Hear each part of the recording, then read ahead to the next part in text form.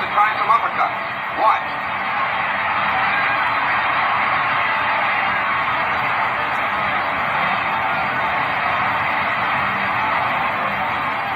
Roland, still plenty game, will punch off the ropes and counter with his own right. First $1 million game since the famous Dempsey Tunney long count battle in Chicago 8 years before.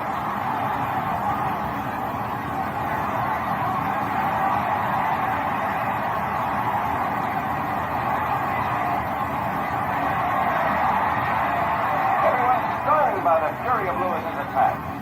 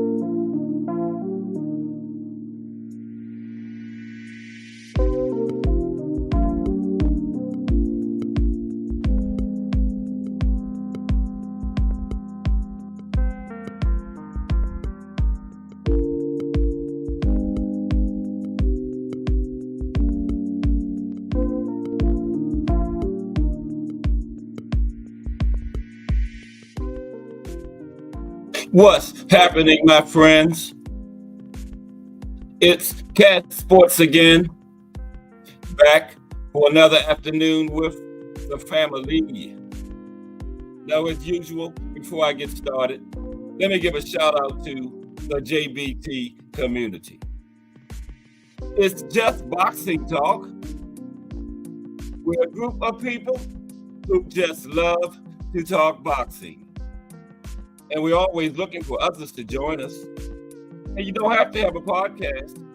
The only requirement is you just have to love to talk boxing. That's all.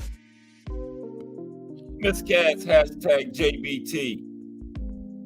Big Dre, hashtag JBT. Trump. Salute to everyone. And welcome to another episode of Cat Sports, the Box Historian. Today, boxing in the States, Iowa. And you know what time it is. If it's Monday through Friday, 2 p.m., it's the Box Historian, bringing you all that boxing history. Boxing is the greatest sport of them all. That's why we love it. Can't get enough of it. How's everyone? Thursday afternoon edition of Cat Sports, the Box Historian, getting toward the end of this big week of boxing history. Thomas Hill, hashtag JBT. Salute T Hill. The Boxing in the States series continues today. We're up to Iowa. You know, we're going right on through the alphabet. This series will go right on into 2025 because we do one state a week. Only up to Iowa. Now, Iowa has a big history in amateur boxing, so that's mainly what we're going to be talking about today. Now, we're going to talk about some boxers from Iowa, and the biggest name to come out of there was Michael Nunn. Excuse me. But, you know, he got in trouble and wanted to play in the drug world. Ended up getting a drug trafficking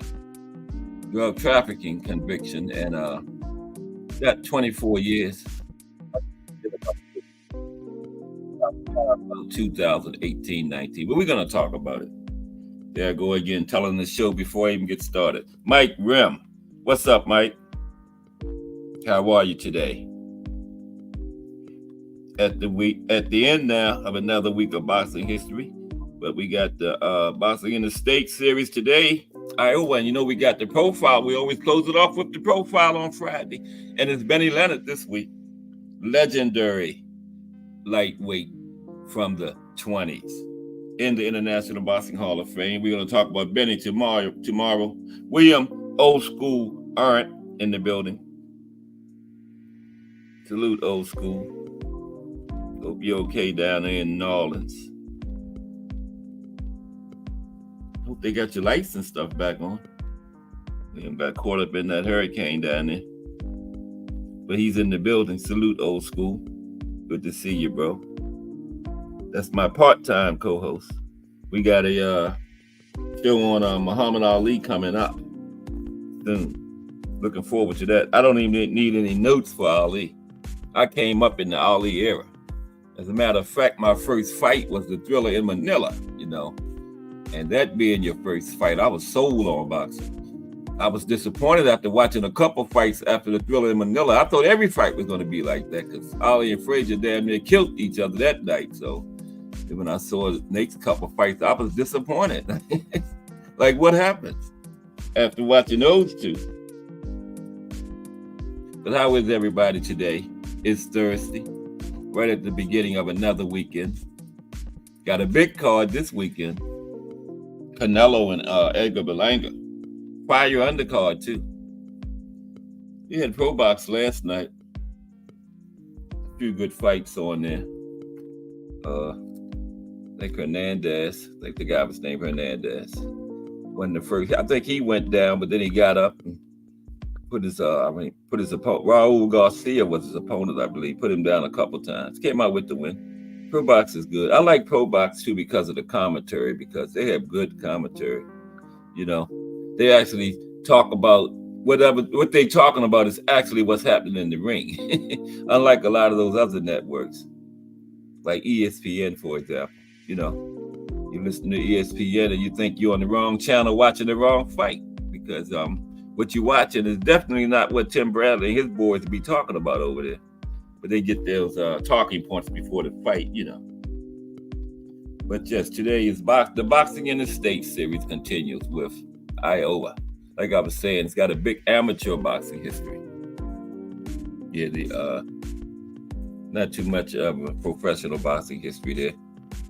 Although we did have some fights there. And Michael Nunn, you know, a couple of other big-time boxers. But Michael Nunn was like the biggest name. We're going to talk about it at the end. And this one is going to be kind of short. So we got the backup plan today is going to be, got to have a backup plan.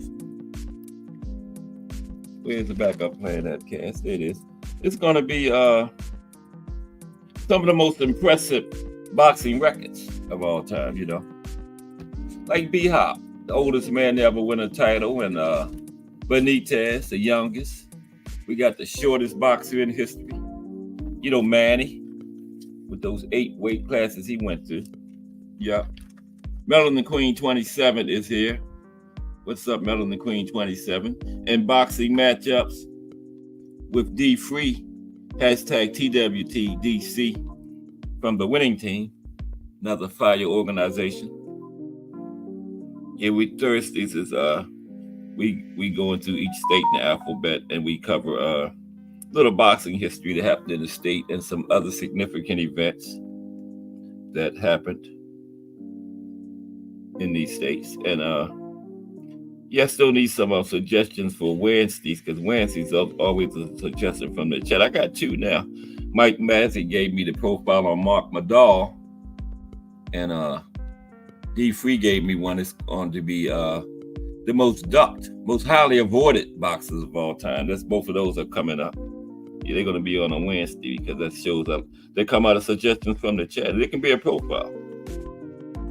Like we do the regular profile on Fridays, but then the ones out of the chat will be on Wednesday. So Mike Mazzick's Mark Madall is going to be next Wednesday. And then the following week, we're going to do the most avoided boxers in history. And yeah, D Free, Winky Wright is going to be up there. I'm going to bunch the Murderous Road Fighters in for one group because they were highly avoided. Those guys back from the 40s, yeah, they're going to be like one little group. Can't do a highly avoided list without those Murderous Road Fighters on it, man. Because the great Sugar Ray himself avoided one of them. That's what they say. I wasn't back in that era, but that's what they say. You know, reputable people, historians that studied that era say, yeah. And Sugar Ray's manager admitted it. Sugar Ray's manager admitted it. I forgot his name. I mentioned it yesterday. Remember? He admitted he kept Sugar Ray away from Charlie Burley. Mm-hmm. Charlie Burley was thought of to be the best of the Murderous Road group. Some fought in the 40s, right around middleweight. Also Burley, and then they had to fight each other just to make money from the sport and everything, you know, and to get competition. And Burley went all the way up and fought some heavyweights. A couple guys like Archie Moore was willing to fight him. Archie Moore fought like 3 or 4 of the Murderous Road guys. Yeah. Yeah. But yeah, I always had a big amateur. Mike Mazzick. What's up, Mike Mazzick? We're going to get started in about 5 minutes. I always try to wait till 2:30 to get some more people to get in. Like Lonnie Lee always, he got off at 2:30. You know, gets off work. You know, every job don't play you sitting up there with that earpiece in your ear listening. You know, some jobs don't play that. So you can't be on YouTube and stuff, you know. But I appreciate everybody that's in the building rocking with Cat Sports today. Part of that JBT network. And Big Dre, can you email me that, you know, the little announcement you gave me, introducing myself and everything? I can get it on here better to email. I would appreciate it. I put my email in there, texted it to you too. Ant McQueen in the building. What's up, Ant? Good to see you today. Did we get a Casuals Corner? I had got too busy to get in there today, you know. But Ant's been coming on at 12 o'clock with the Casuals Corner breakdown, you know. Like I told y'all, you haven't watched the fight until you watch one after a Casuals Corner breakdown. Okay? Then you really see what's going on in there and why what's going on is going on after you watch that Casuals Corner. You know, I've been watching boxing since the 80s, man. And after I watched the Casuals Corner, I started seeing all kinds of new stuff going on in the ring. I was like, wow. Oh, that's why he stepped over to the right that time. You know, that's why he was in a certain range. He wanted to stay away from that hook. Yeah, but salute Ed McQueen in the Casuals Corner breakdown. Yeah. Let's do this right now. Okay. How's everybody today? It's Thursday. A couple of days away from Canelo and Berlanga. And that's a fire card overall. You know, he made a very good undercard on there. But Take it away, Big Dre. It's time for another raffle brought to you by the JBT.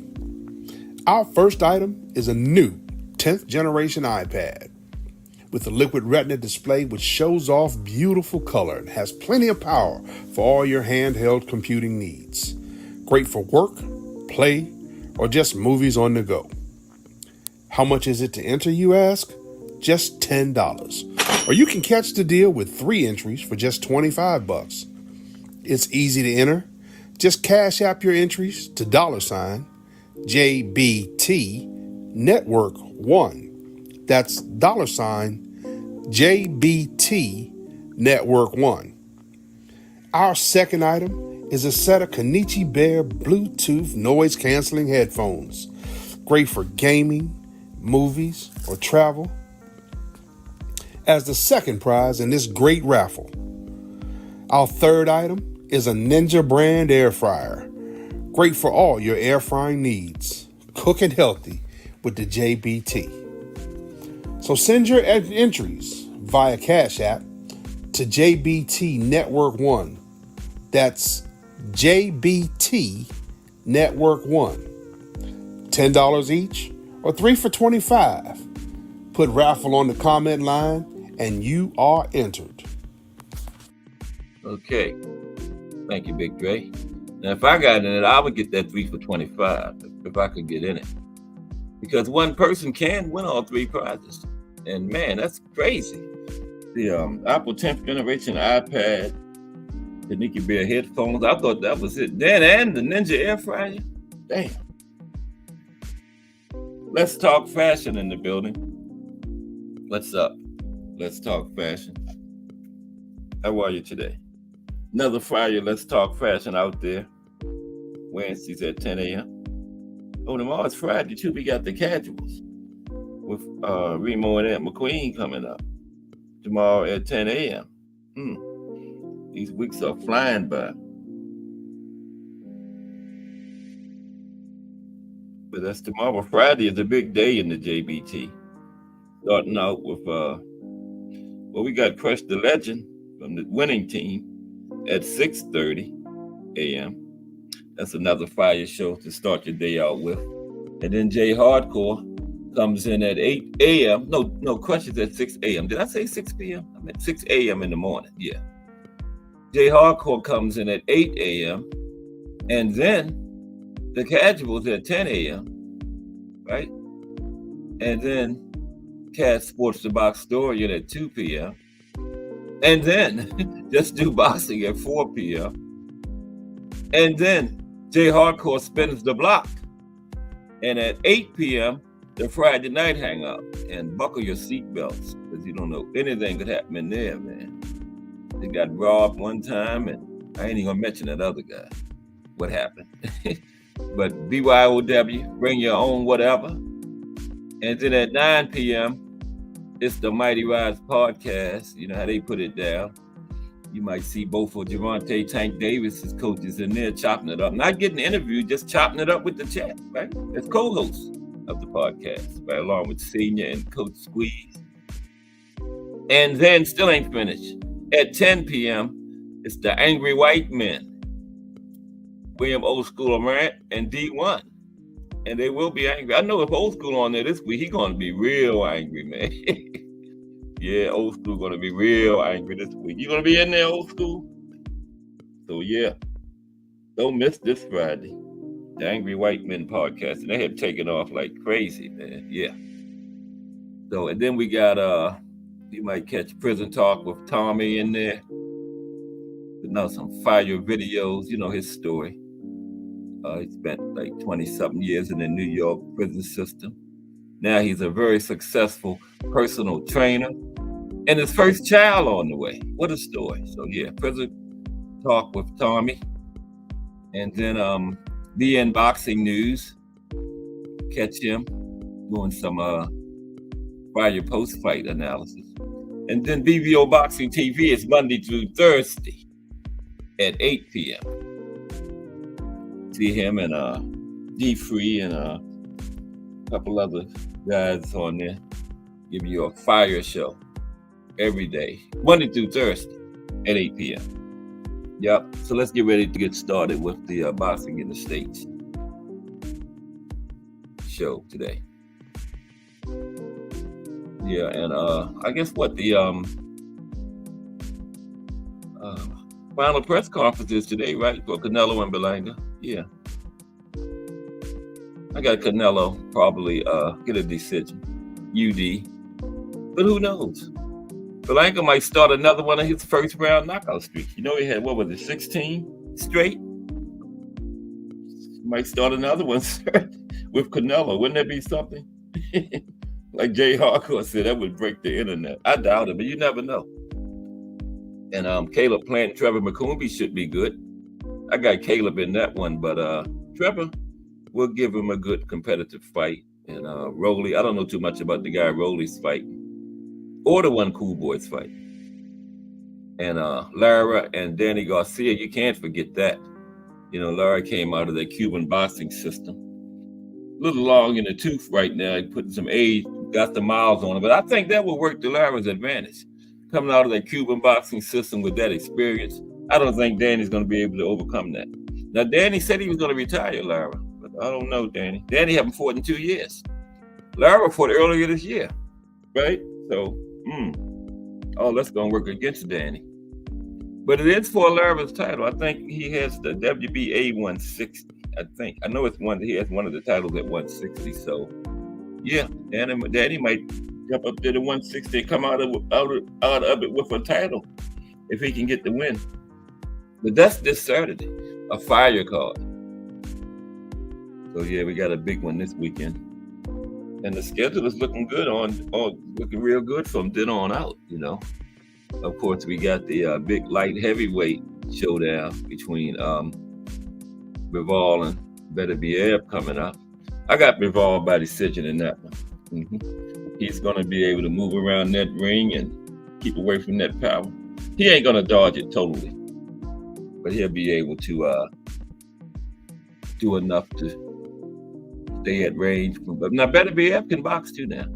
You know, it's like how Calvin always say about Tank. We haven't seen everything in the toolbox. We haven't really seen everything in Beterbiev's toolbox. He haven't had to show it, but he might have to in there against Bivol.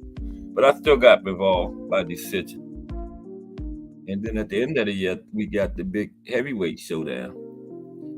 Usyk got stripped, right? So I don't think it's for undisputed anymore. But I got Fury this time. And then they got to do a trilogy. They can't just leave that at 1-1. No way. At least I don't think so. But you know, boxing now, they just might. Let's see what's going on in the chat. Where Old School says, don't know if I don't get some electricity soon, I'm liable to be in jail. Oh, don't go there, Old School. Just sit in the dark, man, because once you get in that jail, you're going to wish you say, I would have rather sit in the dark. Yeah, you know, the jail might be in the dark too, Old School. Better to sit at home in the dark. Old School also says Danny has looked like he is only fighting for a payday in his last couple of fights. You know what, Old School? I was thinking that, but I didn't want to say. I'm glad you said it. I was thinking the exact same thing. But we'll see. Only got a couple days, you know. Only got a couple days to find out. T. Hill got Canelo by 7th or 8th round knockout. Okay. Yeah, I would say around in there, T. Hill. Between 9 and the end, 9 and 12. Yeah, that's what I got. Yeah, that's right, Melanie Queen. Melanie Queen says you're going to get a lot more dangerous darkness if you go to jail. Old School, that's right. Stay positive. That's 100% Melanie Queen 27. Okay, let's go with today's show. Boxing in the States, Iowa. Now, like I said, Iowa has a pretty big amateur boxing history, but not too much in the way of professional ranks. But it's going to be kind of short, and I got a backup plan. It's going to be, I forgot already. I think I'm old. We're going to talk about some of the most impressive boxing records of all time, okay? And everybody seems to like that So when I do the legend against the legend, it was Mike Tyson this week. Next week is going to be Marvelous Marvin Hagler against some of those middleweights from the 50s. And you know the 50s middleweights. Sugar Ray had come to middleweight by that time. Jake LaMotta, Randy Turpin, Carmen Basilio, Gene Foreman. We're going to see how Marvelous stacks up against those guys. And Carlos Monzon, you know. They was in the same era, but Carlos was like toward the end of his career. And Marvin was like at the beginning of his, so we never got that. It wouldn't have been a good matchup, you know. So, yeah. But we're going to get them next week, next Tuesday. Carlos Monzon and Marvin. So don't miss that. But right now, boxing in the States, Iowa. Okay? Now, many illustrious fights have stood. Oh, you know what? I'm reading yesterday's notes. Today is Thursday. Yeah, I was reading yesterday. I'm sorry. Boxing in the States, Iowa. I was on yesterday. Now, anybody come in before we get going? Okay. Now, boxing has had a long history in Iowa with notable events and people, including boxing tournaments. The Cedar Rapids Golden Gloves tournament began in 1936, and Golden Gloves boxing returned to Dubuque, Iowa in 1947. Now, the Catholic Youth Organization, or the CYO Tournament of Champions in 1937, drew an estimated 5,000 fans, right? Boxing programs in Iowa, okay? The American Legion sponsored a boxing program in Dubuque in 1950. I hope I'm saying that right. Anybody in here from Ohio and from Iowa? D-U-B-U-Q-U-E. I was going to do my little thing where you put it in Google and it tell you how to pronounce it, but I didn't get time. There it is. Melanin Queen always tell me. Dubuque, right, Melanin Queen? Well, that's going to be a big subject of today's show. They had a lot of amateur boxing there, Dubuque, Iowa. But anyway, yeah. The Catholic Youth Organization Tournament of Champions in 1937 drew an estimated 5,000 fans, right? And the American Legion sponsored a boxing program in Dubuque, Iowa in 1955. But it ended in 1963. Then a couple of guys by the names of John Glenn and Mark Birds. They are credited with reviving the sport in Dubuque in 1969. Now, professional boxing. In December 2021, the Return to Des Moines, Iowa event was held, marking the first professional boxing event in Des Moines since 2013. Antonio Morelos, a 2020 U.S. Olympic trials champion and Golden Gloves national champion, made his professional debut at that event. I-Core Boxing. I-Core Boxing hosts fights throughout the year and has grown from a small gym to a well-respected team.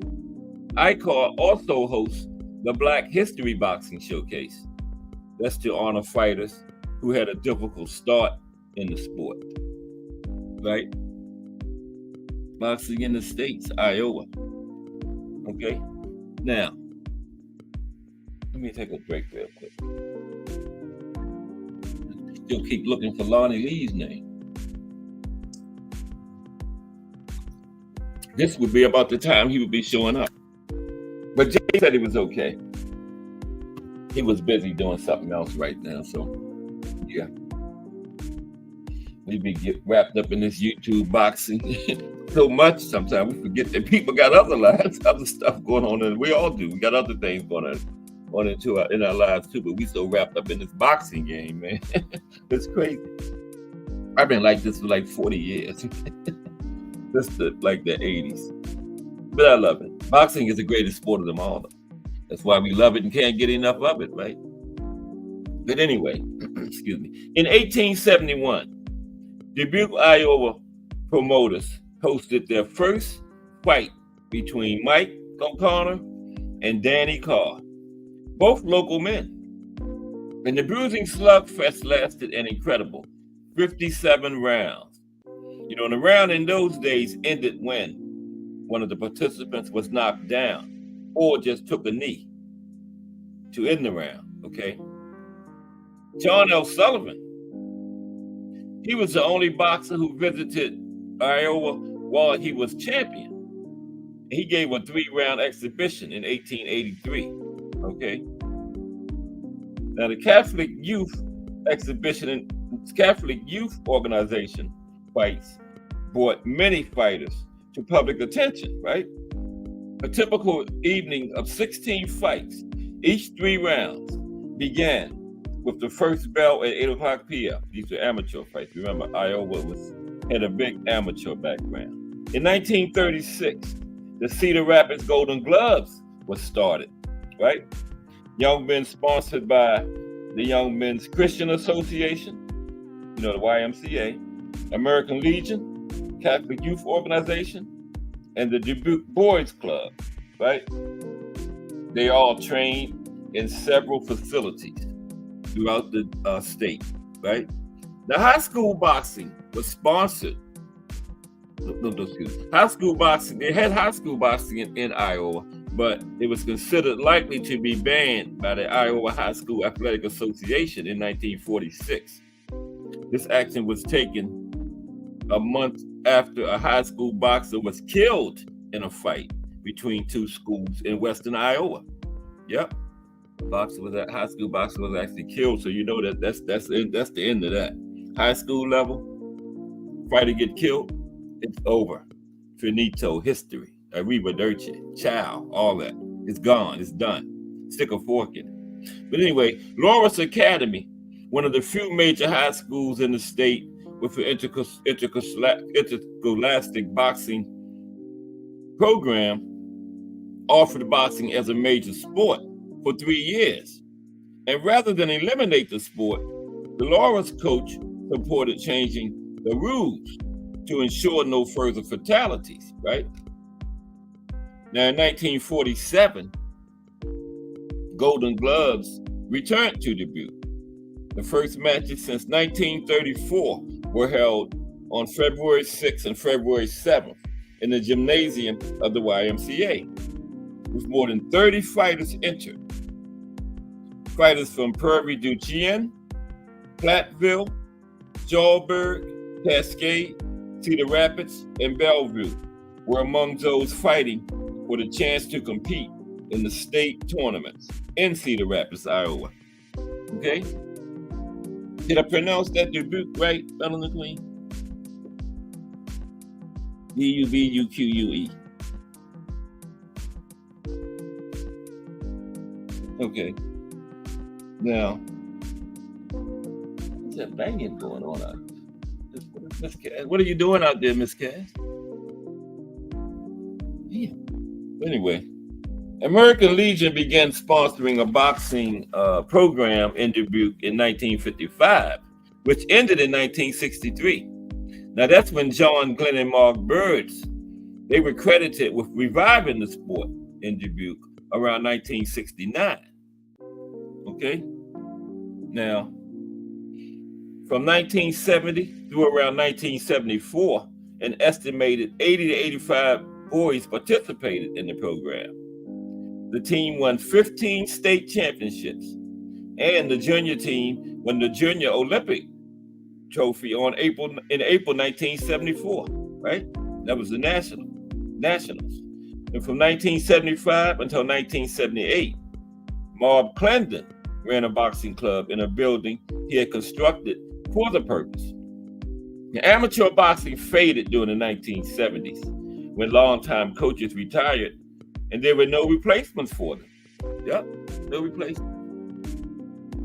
Then, in 1991, the Dubuque City Council passed an ordinance banning elimination boxing competitions in the city. And the ordinance followed a severe head injury to a boxer named Dan Vondran, right? He was then 29 years old. In 1999, Julius Pruitt, a native of Freeport, Illinois, and a boxing fan, he moved to Iowa. And after about 6 months of participating in training and a 3-1 record in the ring, he was looking for a club in Dubuque, but he found none. He eventually set up his own gym, and by the year 2000, had earned his Iowa amateur boxing license. Pruitt's experience was not unique. Amateur boxers seldom knew who they would fight until the day of the weigh-in. Now, few clubs were year-round because the boys participated in other sports, bringing the season to an end in April of each year with the Golden Gloves competitions, right? Okay, now, Kenny Buffington, president of the Iowa Amateur Association, suggested that beginning a boxing club, after beginning a boxing club, you should get incorporated so that they could get funding for a nonprofit organization. Then in 2000, boxing clubs existed in Cedar Rapids, Marshalltown, Des Moines, and Davenport. On June 28, 2001, the Dubuque City Council revoked the 1991 ordinance banning elimination boxing to allow competitions known as tough man contests. Okay, so they lifted the ban in 2001. Okay, then we're gonna come to boxers from Idaho, very short. Iowa. The amateur boxing returned once again to Dubuque in 2006.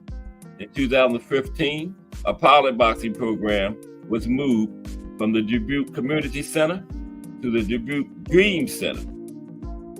Richard Vorwald and Pete Escheid hoped to use the boxing program to develop discipline and a good work ethic in those participating. Yeah, Iowa was going to be a little short one, and then we're going to talk about some of the most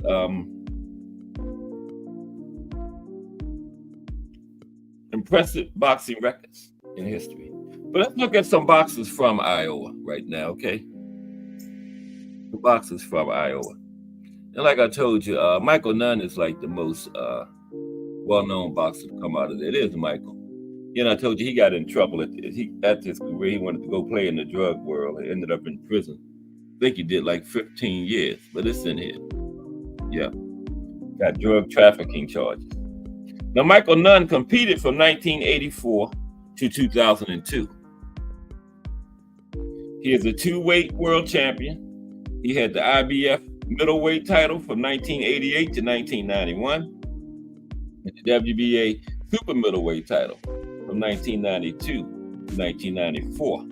I think that's been lights out surprised. He was heavily favored to beat James Toney. And he was winning on all the cards. I think James stopped in like the 11th round or 10th or 11th round. Yeah, lights out stopped him. Now, during both those reigns, Dunn also held the lineal championship. In 2004, Nunn was sentenced to 24 years in prison for drug trafficking. He was released in February 2019. Okay, yeah, 15 years, that's what he did. He is from Davenport, Iowa, and he had a total of 62 fights. He won 58, he lost 4. He had 38 wins by knockout. Michael Nunn. Old School says, actually trying to calm down. Thomas haven't slept at all. Okay, Old School. Just, take it easy out there. They're going to get the lights back on. Eventually. Hope it's sooner than later, though. Don't go out there and hurt nobody now. I know you're Old School. Don't hurt nobody out there. Next is Al Palzer. I don't have a picture of Al. Now, Al competed from 1911 to 1915. He was one of the white hopes during the reign of world heavyweight champion African-American Jack Johnson. Okay. Al was 6 feet 3 inches tall. He was one of the first boxers to fight for the world white heavyweight championship title. They couldn't get the regular heavyweight title from Jack Johnson, so they started the world white heavyweight championship title. And Al Palzer was one of the first guys to fight for Yes, they did. Okay, next is Antoine Eccles. There's Antoine Eccles. Boxers from Iowa. So this is a little short one today, but I got a backup. Don't worry. Now, Antoine Eccles, he was a world middleweight contender throughout the late 1990s and early 2000s. And he was also from Davenport, Iowa. Okay, Antoine. Yeah. Excuse me for 1 minute, please. Be right back with me.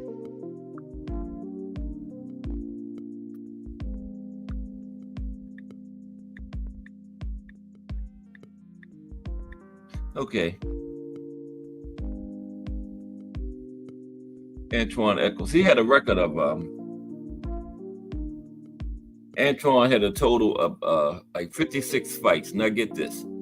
He had 32 wins, 22 losses, 4 no contests.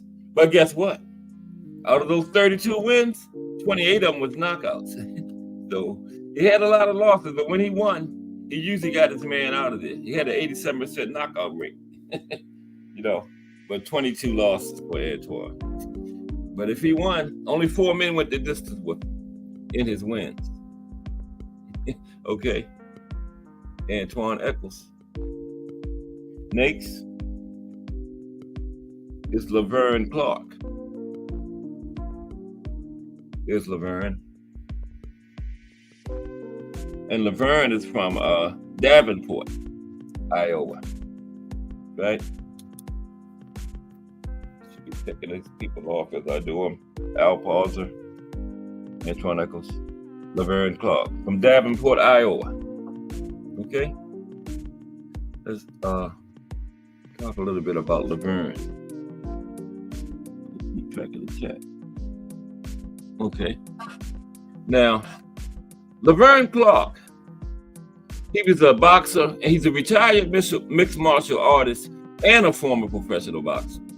He's a veteran of the Ultimate Fighting Championship, the Maximum Fighting Championship, and World Fighting Alliance. Okay? Now, in the mixed martial arts, he had a record of 27 wins, 21 losses, and 1 draw, with notable wins over Mac Danzig, Fabiano Iba, and Shoney Carter. He was the first professional boxer to be successful in the UFC. And his professional boxing record was, he had a total of 33 fights as a boxer. He won 14. He lost 18. He had 1 draw. And he had 9 fights by knockout. Okay? Laverne Clark. Next, boxers from Iowa. Ken Fenelon. There's Ken. Ken Fenelon. Okay? Boxers from Iowa. Yeah, Iowa is some of these boxing in the States will be shorter than others. Like we had a real good one. Was it last week? Remember Florida? Yeah, Illinois wasn't bad last week. Yeah. And we got some good ones coming up, like Pennsylvania, but we got to work our way to them. But Patrick Fenelon, okay, he was a boxer and a wrestler and a promoter and a referee. Very versatile guy, right? And he was the first 2-time holder of the NWA World Junior Heavyweight Championship. First 2-time holder of that. That's wrestling. Laverne. And he's from, Ken Fenelon from Cedar Rapids, Iowa. Okay, let's move on. No, Ken is from Dubuque, the place we was talking about. Next guy, Travis Fulton. There's Travis Fulton right there. Okay. Iowa didn't have too much of a history in boxing, but it's boxing in the States, so we got to do it. There's Travis Fulton. Travis was from Cedar Rapids, Iowa. Okay. Now, Travis was also a mixed martial artist and a professional boxer. taught boxing in the heavyweight division of both sports. He was known as a longtime veteran in mixed martial arts. He competed in over 300 sanctioned fights. And while he was perhaps best known for competing in smaller US-based promotions, he also competed in the UFC, the USWF, WEC, M1 Global, the Chicago Red Bears, the IFL, King of the Cage, and the Octagon MMA. He also holds the record for the most sanctioned mixed martial arts fights, okay, with 320 fights. In addition, he also holds the most wins in mixed martial arts history, 255, okay? Very versatile guy.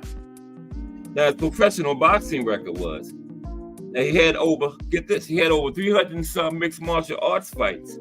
This was a tough guy. He had 75 fights as a boxer.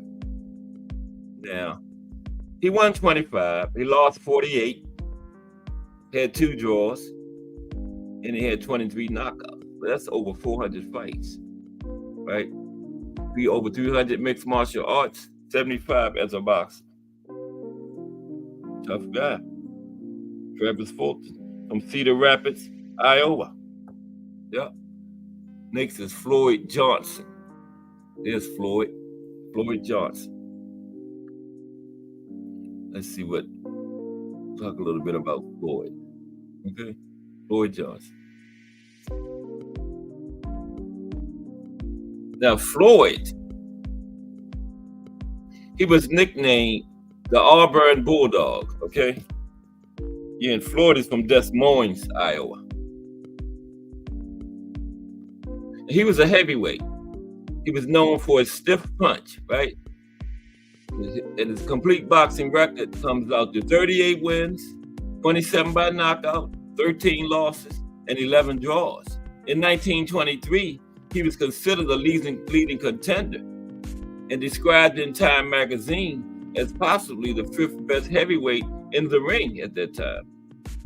Okay, managed by Alec Greggins. And after his boxing career ended, he went into promotion, right? And he served as a deputy sheriff in King County, Washington in the mid-1920s. Floyd Johnson. Johnny Mauler. Now, I've heard of his name before. Pretty big boxing name. Johnny Mauler. There's Johnny. Johnny Mauler. Boxers from Iowa. Okay. Come on, Johnny. Yeah, Johnny competed in the 1932 Summer Olympics in the light heavyweight division for the United States. Yeah. Now, Johnny had a total of 31 fights as a professional boxer. He won 12, he lost 12, and he had 3 draws. Okay. And he had 4 no contests. Yeah.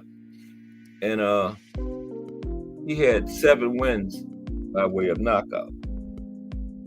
It's safe to say none of these guys are in the Hall of Fame. Okay. Not the international. Next is Marcos Ramirez. Not Madonna, but Ramirez. There he is. I always have trouble saying Ramirez. I always say Ramirez or Ramirez. Got to syllableize it out. That's Marcos Ramirez. Okay. Now, Marcos competed from 2000 to 2008. He's a former WBO and NABO and IBF Latino featherweight champion. Yep. Marcos is from Des Moines, Iowa. Johnny Mauler was from Hocking, Iowa. Marcos from Des Moines. Got one more after Marcos. Now, Marcos had a total of 27 fights as a professional boxer. He won 25. He lost 1. Had 1 no contest. He had 16 by knockout. Marcos Ramirez. And finally, Jeremy Williams, boxers from Iowa. Jeremy Williams. There's Jeremy. Okay. Jeremy Williams.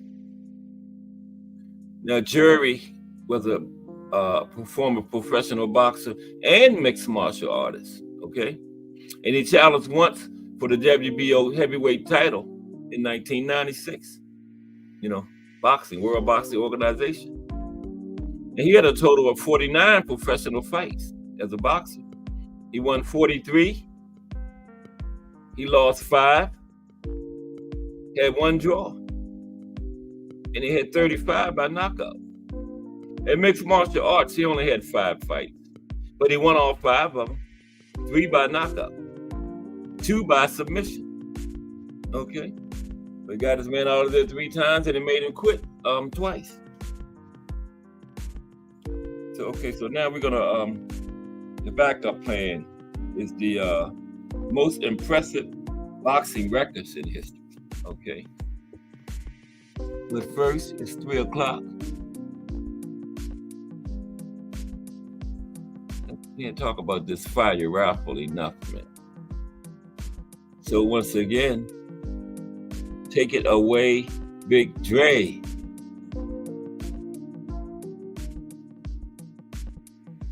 Oh my goodness.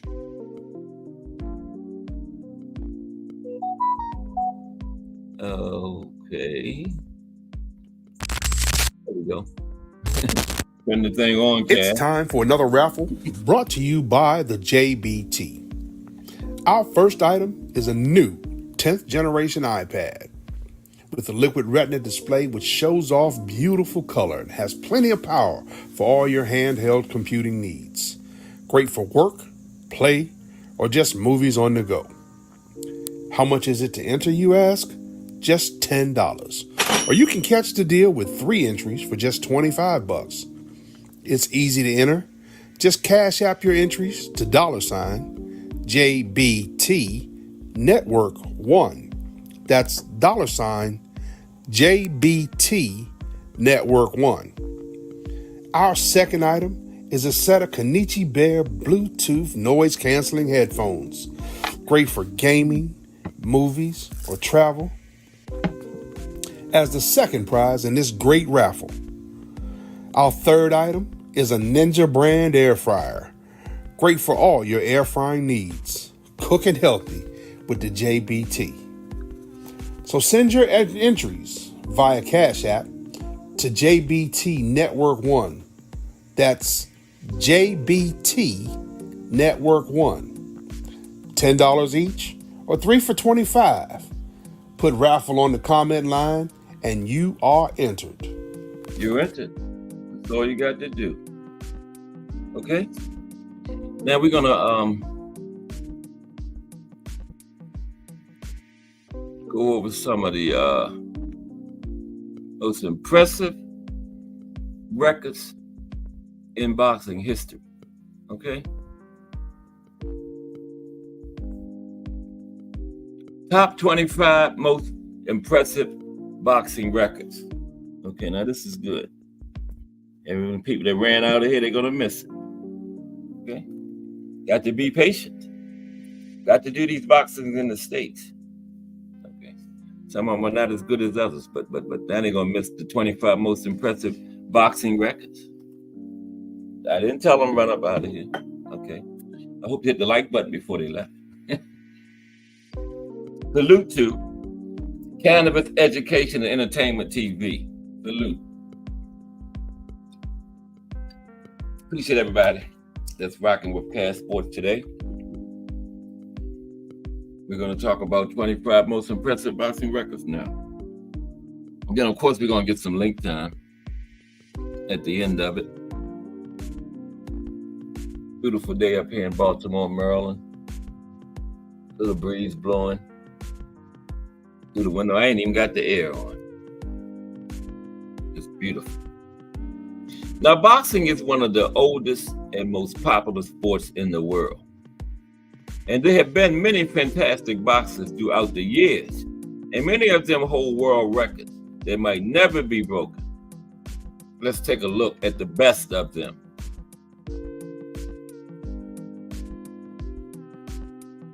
Okay, let's take a look at 25 of the best of them. This list has some of the greatest boxers that the world has ever seen, along with some that were not very successful in their careers. Most of their records will most likely never be surpassed by any fighter ever again. You know, all of them didn't have big successful careers, but they got these records that's never going to be broken, right? Boxing has changed dramatically from what it once was, meaning that some of these records are quite literally impossible to break in this day and age.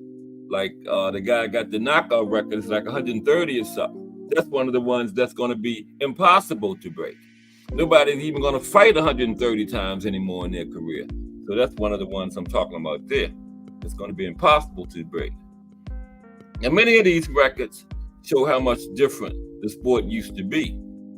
From the best records to the worst. From the most knockouts to being knocked out the most. I have it all here today. And while records were meant to be broken, most of these never will be.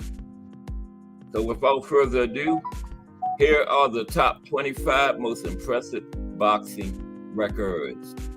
Okay? I didn't have time to get my pictures in on these. But the oldest world champion, Bernard Hopkins.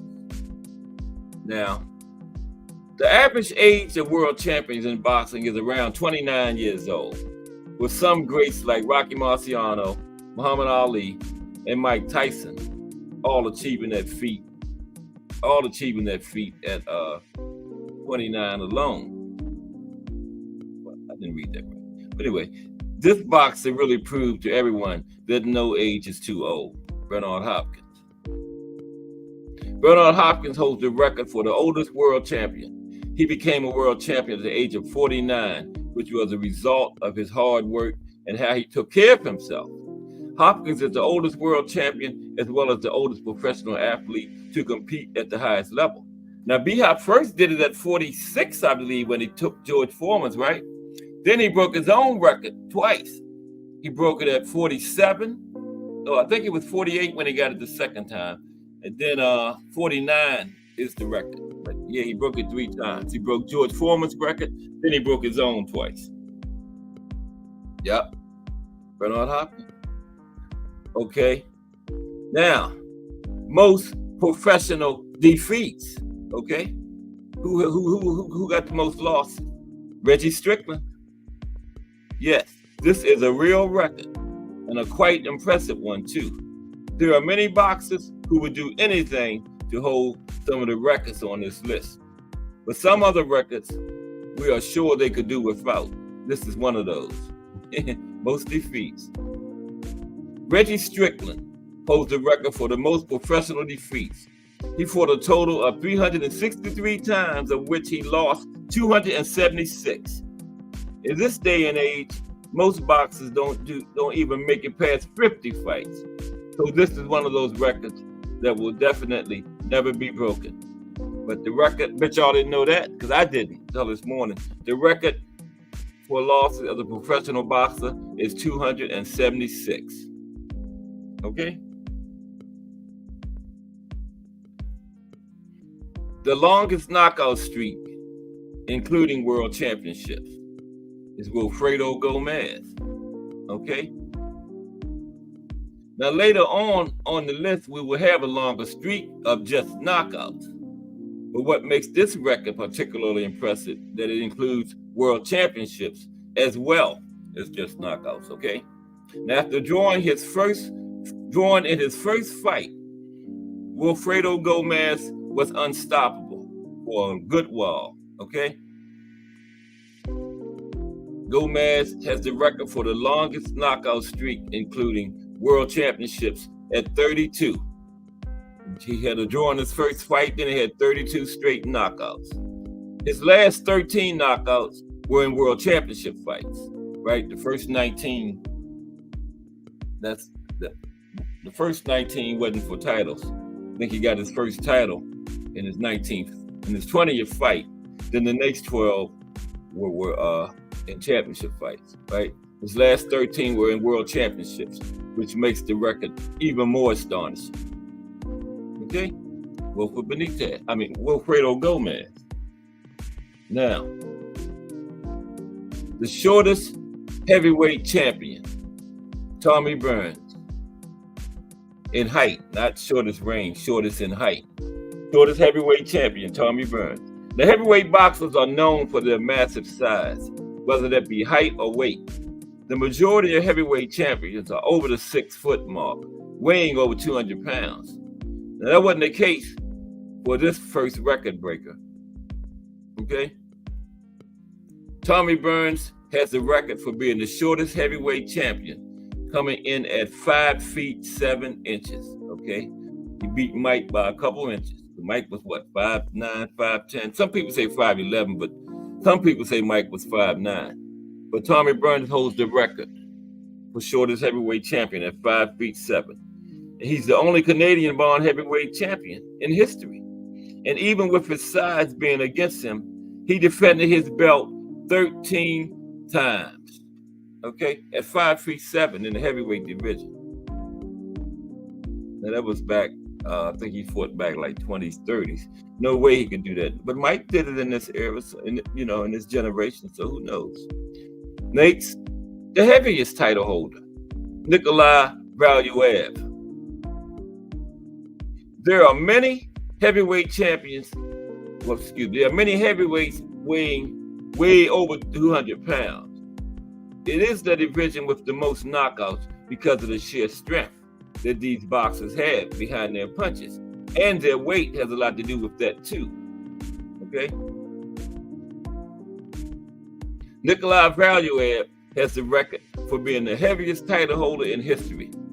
Valuev is 7 feet tall, and when he won his title, he weighed a whopping 328 pounds. Tyson Fury wasn't far away from breaking that. It was like around 301 of the Wilder fights, right? But 328 is the record. He was nicknamed the Russian Giant, and he held world titles in 2005 and 2009. The heaviest heavyweight champion ever, 328 pounds, Nikolai Valuev. Okay. Next, most consecutive losses. Now, see, the last one was most losses overall. This is the most consecutive losses. Robin Deakin. And this is another one of those records that most boxers could probably do without. Even the greatest boxers of all time have lost a fight or two, maybe even a couple. Robin Deakin took that to the extreme. Robin has the record for the most consecutive losses. Robin lost 51 fights in a row.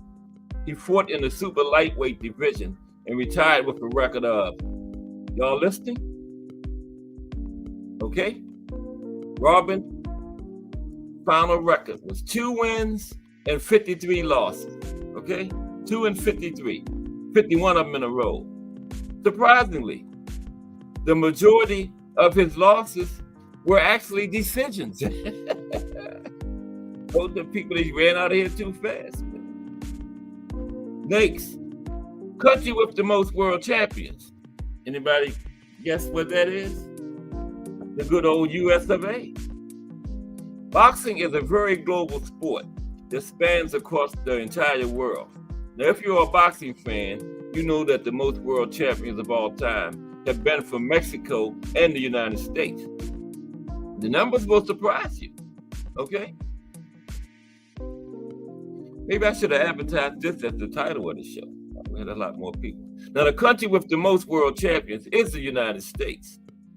The United States, it has a total of 455 world champions. Probably ain't too much more than that right now, which is nearly 3 times what Mexico has. And Mexico is second for world champions. The United States has had some extraordinary fighters like Sugar Ray Robinson, Muhammad Ali, and Henry Armstrong. But the United States has by far the most world champions.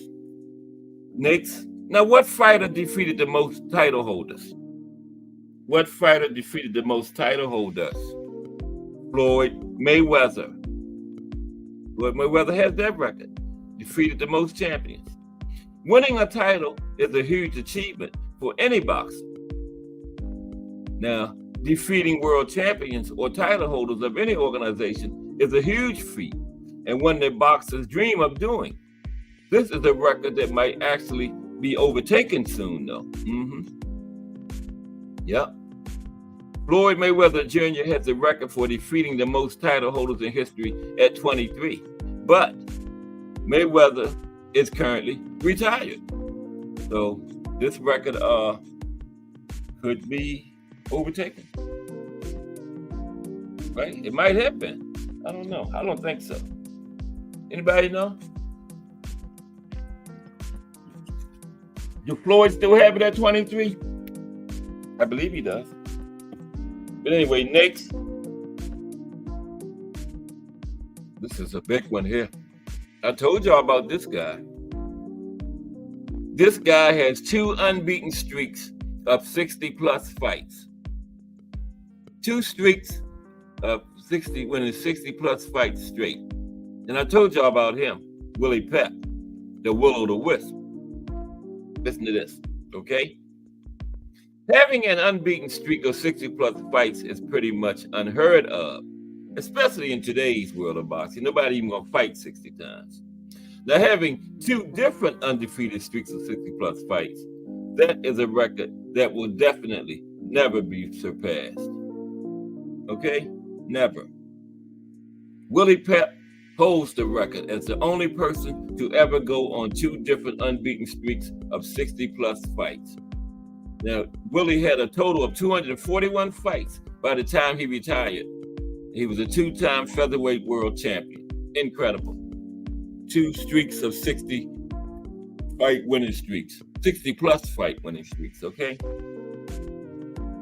Now, most wins and fights in a career. Any boxer would love to have this record. To have the most wins in the history of boxing has to be one of the most impressive records there is. This record was set by an old-time boxer where having multiple fights a month was normal. Sometimes multiple fights a week. Okay?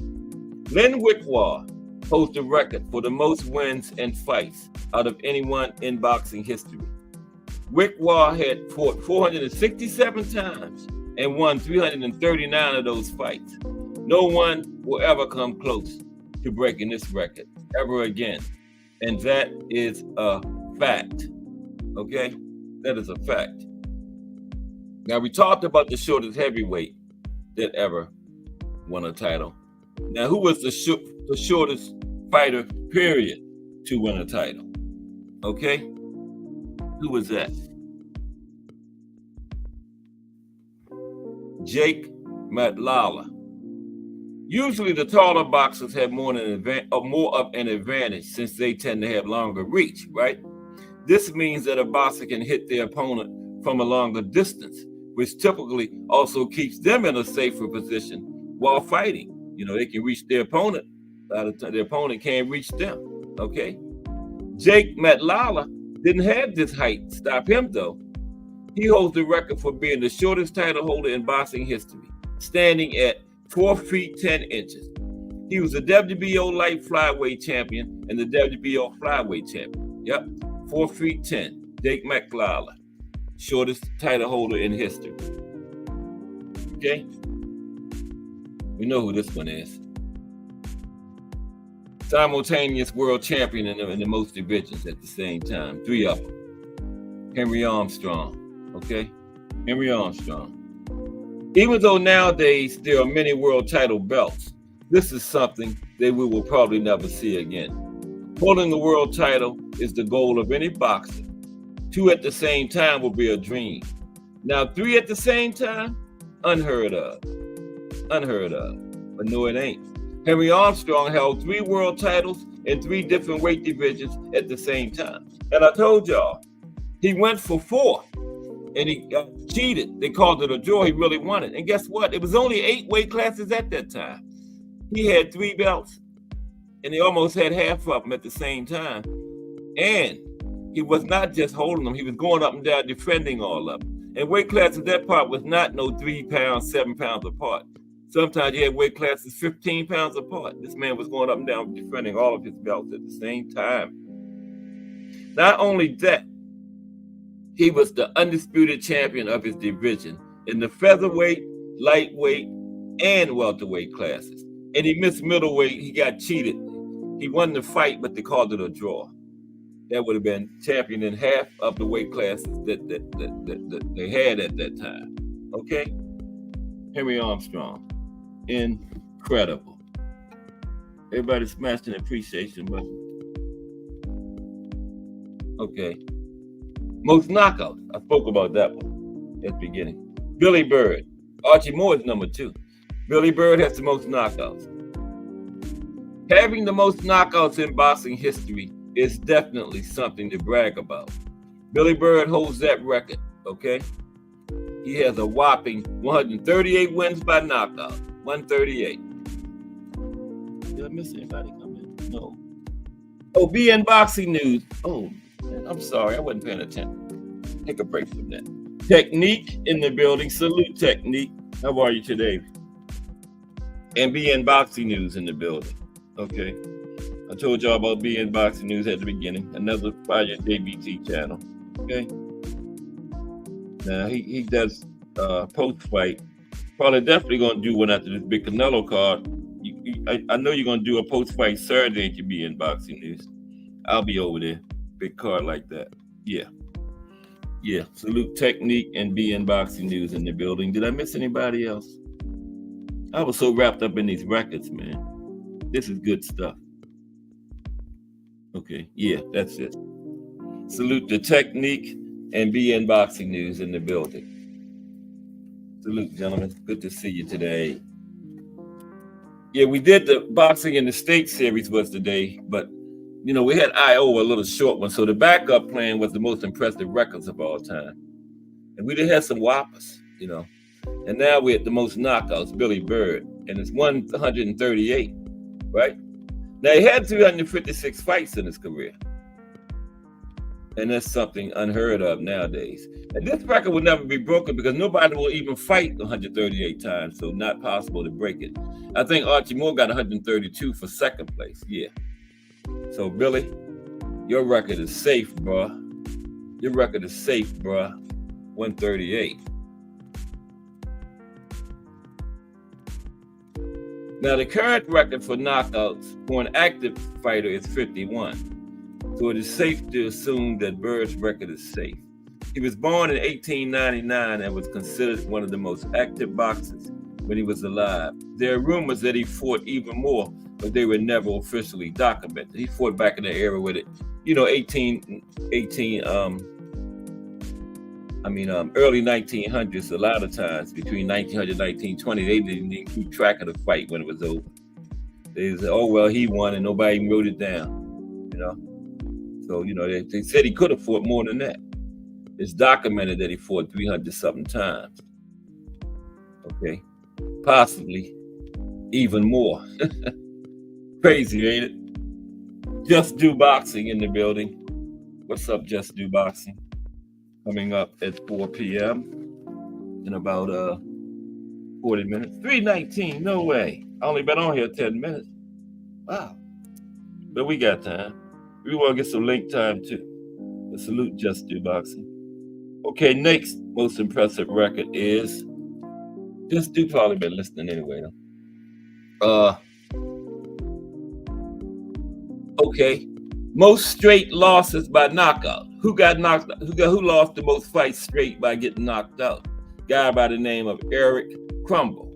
Now, most of these records are back in the day because they fought a lot more, so they're going to have the records, you know, because they fought a lot more fights, naturally. But Eric Crumble, most straight losses by knockout. Eric Crumble holds the record for the most straight losses by knockout. He got knocked out 31 fights in a row. Wow, after like 10, I would have just retired. He went all the way to 31 knockouts in a row, man. Talk about just coming for a check. And guess what? Eric Crumble got knocked out 31 straight fights in a row. Then he retired without ever winning a fight. Damn.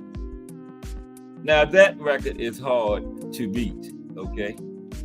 31 knockouts in a row, and then he retired at 0-31 with 31 knockouts. 0% knockout rate, but 100% knockout rate against him. You know, Eric Crumble. Damn, Eric. I would never even tell anybody I was a fighter, because somebody's going to want to know what your record was.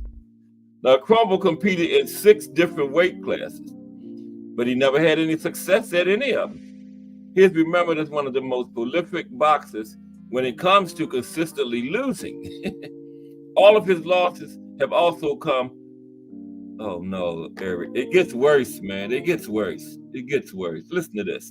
The man got knocked out 31 straight times without a win, and all of them was in the first or second round. Let me move on. That's enough. I ain't reading no more about Eric, man. That's enough of that. 31 straight losses, 0-31, all of them by knockout in the first or second round. Somebody in his family, somebody should have just pulled them up and said, Eric, boxing is not for you, bro. You are not a boxer. Okay? I mean, go down there and get a job down there at the office down there or something. They might need somebody to do something other than boxing. Be a security guard or something. Damn. Next, most time between world titles. Know who that is? Big George. Big George, easy. Yeah, Big George.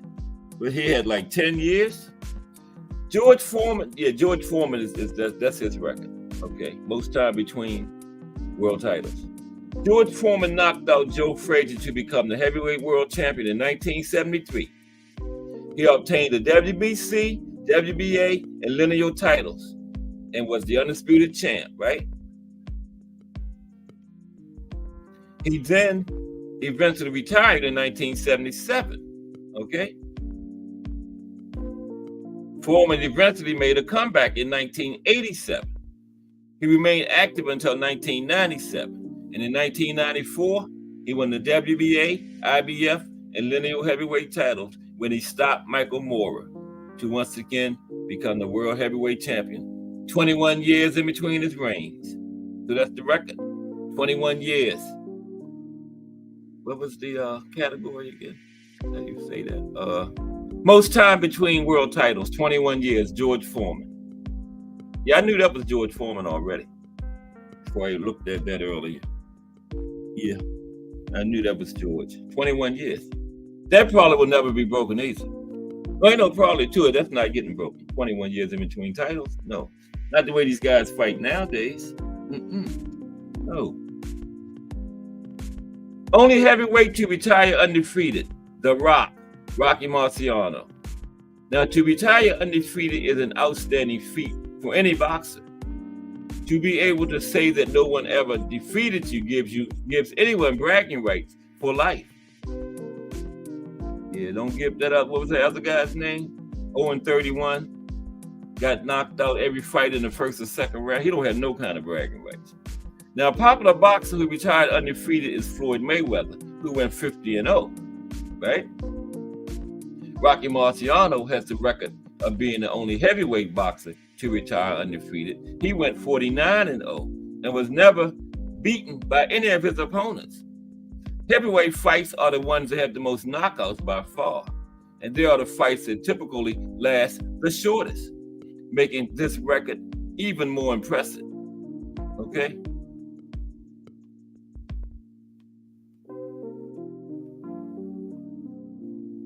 Now, let's say talking about Fury. Before their fight, Tyson Fury was 31-0, had one draw.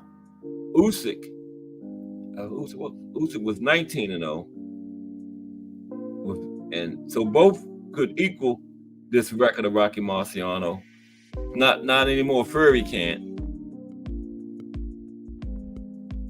Usyk still might be able, still got the opportunity to do it, but not anymore. Fury doesn't. He lost. Okay. Now, the tallest boxer ever. I had a whole bunch of like 3 weeks ago. Remember, I did all these boxers that were 7 feet, but the tallest of them was G Mike 2. I don't know this guy's name. I'm gonna put it in the chat. Go GA. There he is. Him. I'm gonna call him GM. GM is the tallest fighter ever. There's his name right there. Height is usually associated with reach, and good reach can really help a boxer in a fight. This boxer takes having good reach to a whole nother level. He's not just tall, he's the tallest Romanian in history. Not just the tallest boxer, the tallest Romanian in history, right? And he has a spot in the Guinness Book of World Records, okay? GM was a Romanian boxer who is recorded as the tallest professional boxer of all time. He is recorded at, what y'all think, 7'1", 7'2", 7'3", not even close. 7 feet, 11 inches, okay? 7 feet, 11. And it was nicknamed the Goliath of Romania. He fought 2 times. He only had 2 fights, but guess what? He won both of them by knockout. He got 100% knockout rate, and guess what else? Both of them was in the first round, okay? Now, GM is 2-0 with 100% knockout rate, both in the first round. Okay, go ahead, GM. Okay, most consecutive title defenses, we all know that too. The Brown Bomber, Joe Louis. Yeah, Joe Louis. All champions have to defend their titles at some point. These are of the toughest matches that boxers have because their opponent is fighting for a chance of being a world champion. And most of the time they've earned this shot. Okay?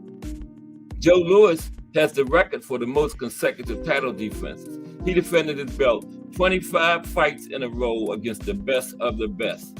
25 title defenses is the record for all weight classes, and Louis did it all consecutively. And like I always say, you gotta look inside what he was doing those title defenses. Of those 25, 23 of them was knockouts. 15 within the first 5 rounds, 6 in the first rounds. This man fighting 6-7 times a year, sometimes back-to-back months. That's why I call Joe Louis the greatest. Sorry, Muhammad Ali.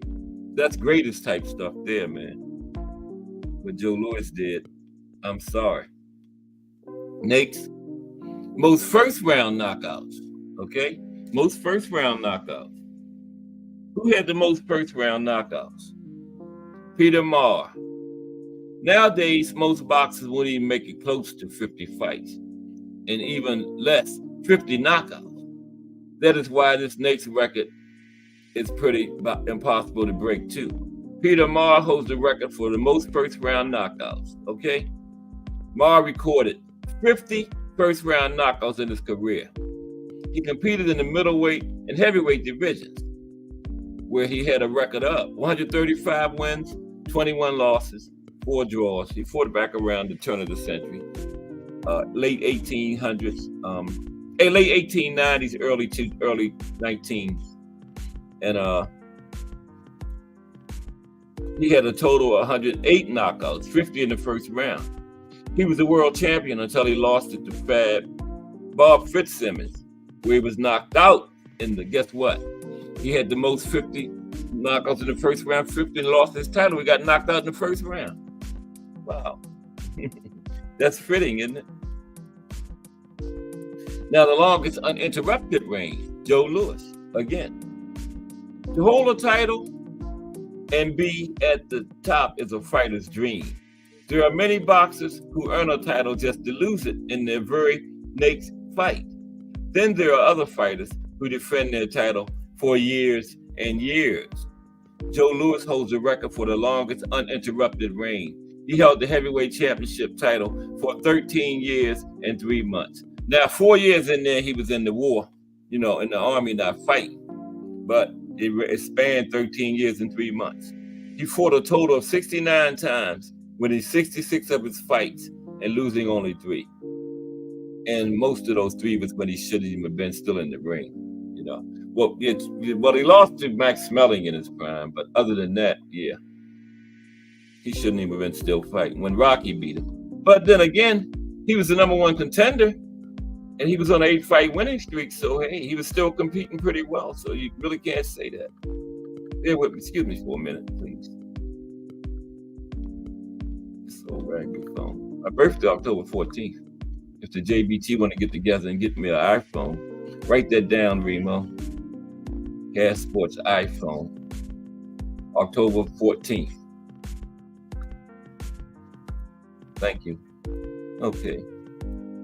Here we go. I lost my app for a moment there.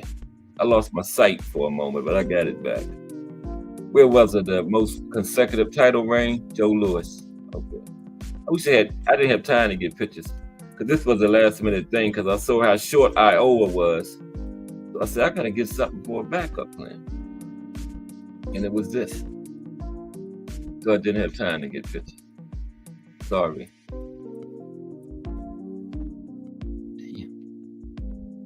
Man, I think that was number 8. There was 25 of them. We're winding down. Oh, come on, Cass. Don't leave. I'm almost there.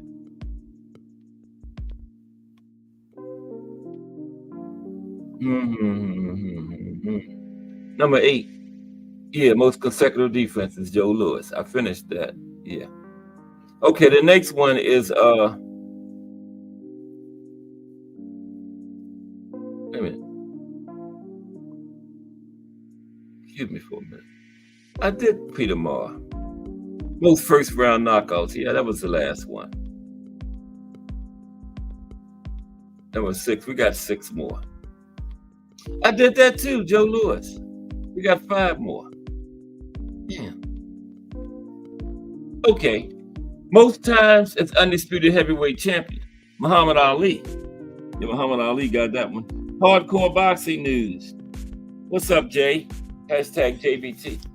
Yeah, Iowa was short, Jay, so then I was doing the most impressive records. You missed a good one, man. You got to go back and watch this. We had a guy, the one that's been knocked out the most consecutive times, Jay. Check this out.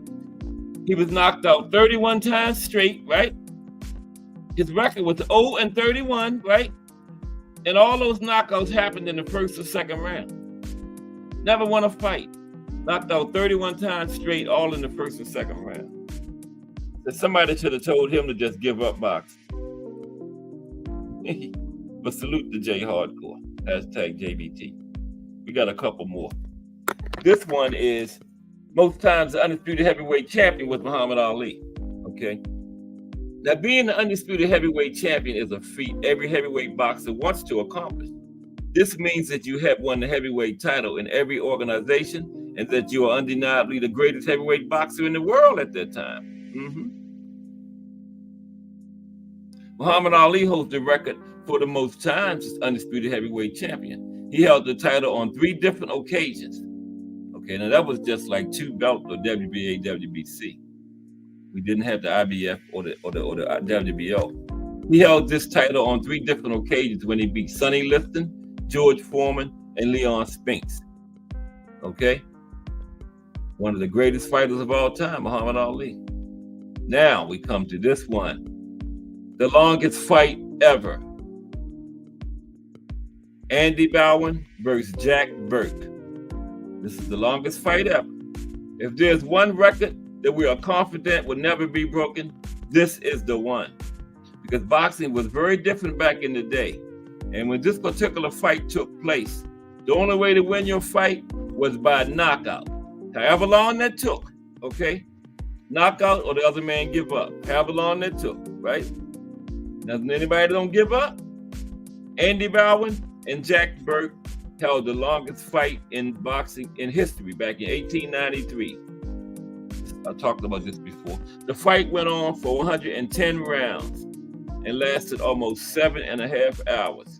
Like I told you, started Friday evening and ended in the early hours of Thursday morning, okay? Burke broke both of his hands, and when it was over, both fighters had lost nearly 10 pounds. And guess what? It ended in a draw. The referee stopped it. The referee just said, that's it. Anybody else in the audience? Any more referees in here? That's it, because I ain't going no further. So it ended in a draw. Youngest world champion ever, Wilfred Benitez. Now, experience takes boxers a long way when it comes to their fights. This is why most boxers don't become world champions until they have fought for a couple of years and gotten better with time. That's not the case for everyone, though. Wilfred Benitez became the youngest world champion in boxing history when he defeated Antonio Cervantes in 1976. Benitez won the title at only 17 years old. Me and him the same age. He had his high school classmates sitting in the audience watching the fight. And what makes this even more impressive, he beat Cervantes, who held the title for almost a decade. I did not know that. When Benitez won that title at 17, Cervantes had it for almost a decade. That makes it even more impressive. Most fights unbeaten. Packy McFarland. Unbeaten records make a fighter feel like they're on top of the world. In this particular era of boxing, the most well-known unbeaten record is Floyd Mayweather's 50-0 before he retired. The record holder has more than double. This record holder has more than double Floyd's wins. Okay? Packy McFarland holds the record for the most fights unbeaten. He remained unbeaten for 104 fights before eventually retiring. Despite never being beaten, McFarland never got a shot at a world championship fight. How in the hell you be 104-0 and never fight for a title? Damn. He must have been fighting all sea levels or something. Damn. 104-0 and never fought for a title. That's crazy. You're right, and they were stubborn.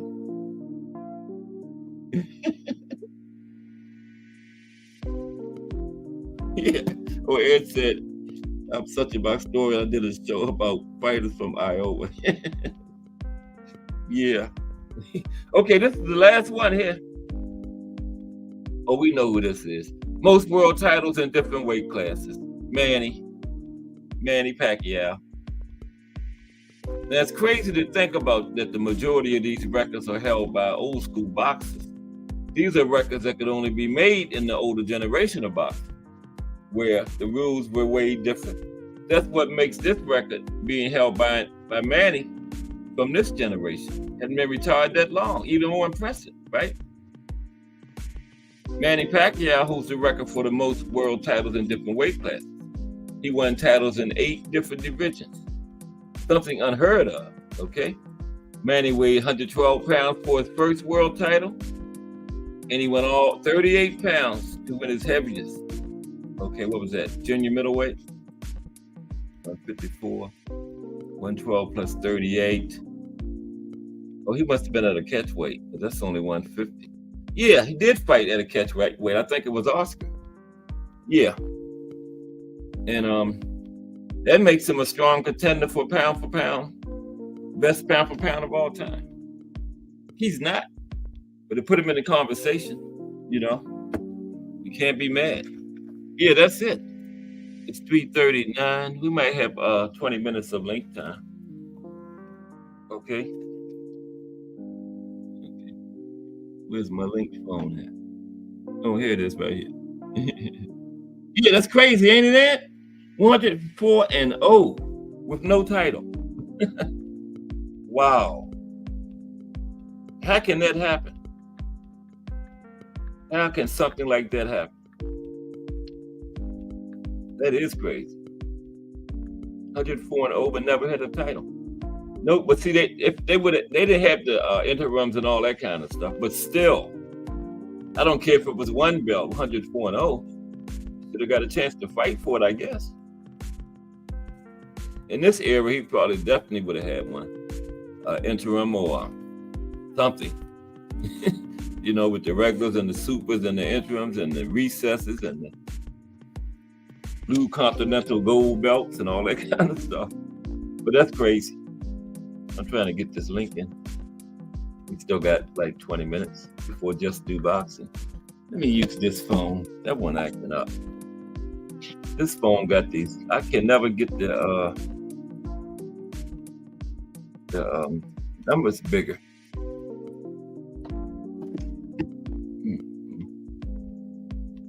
Eight.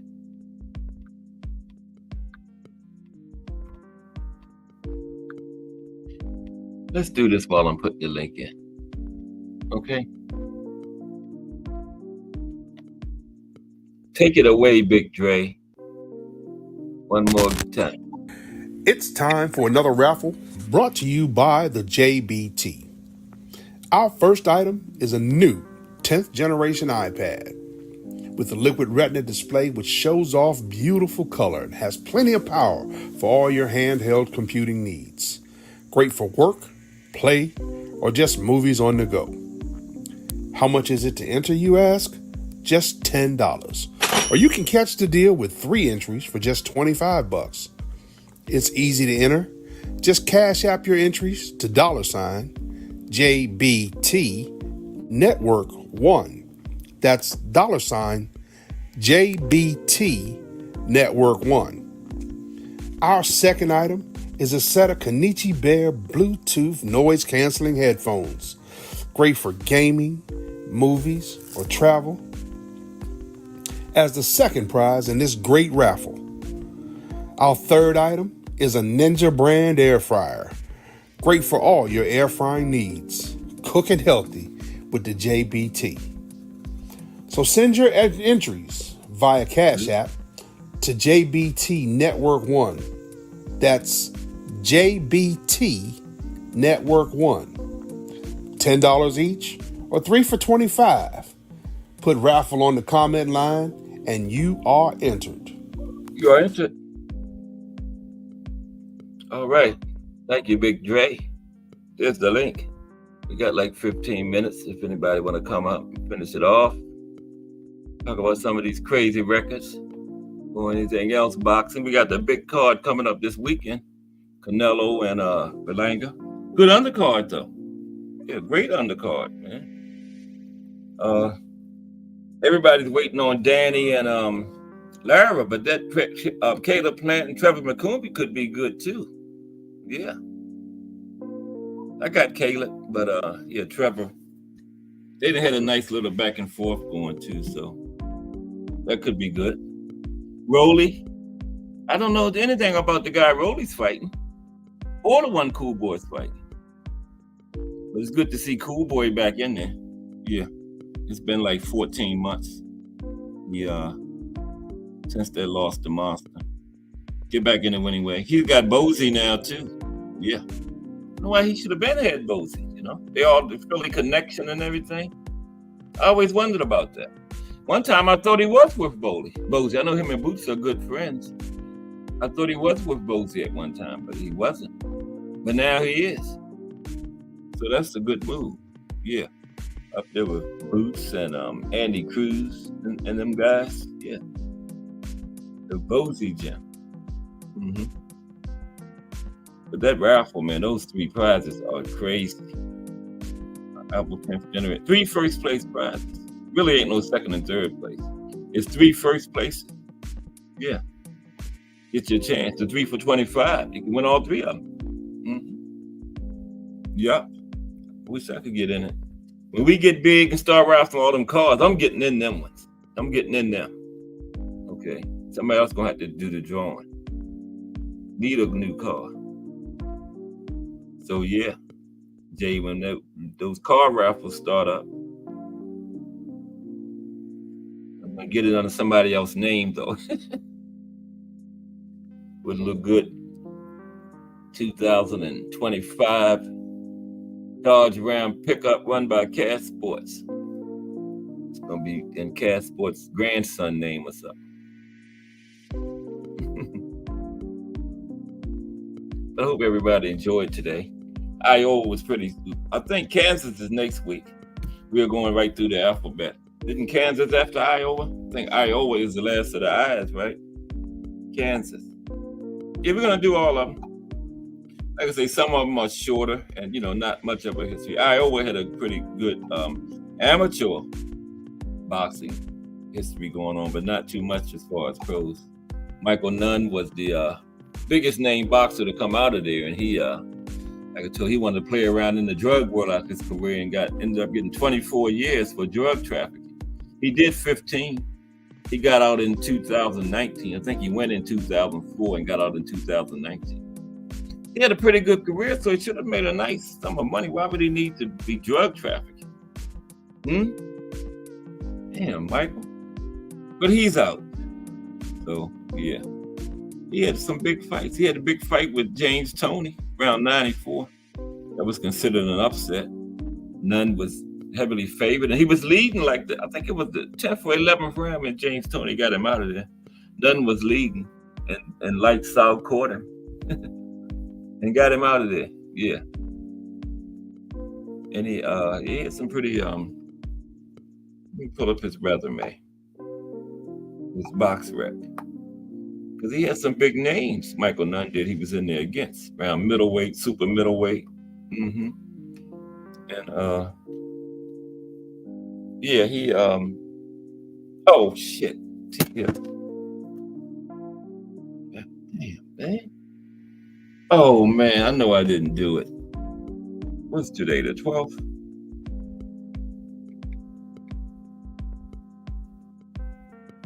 Let me see something.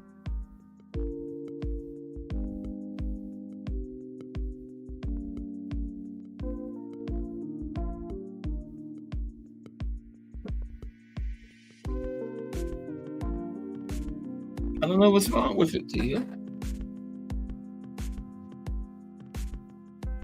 Try it again. Oh, shit.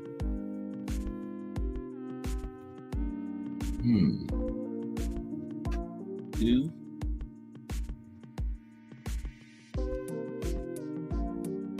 Oh, I know what I did. I'm sorry. God damn it. We still got 10 minutes.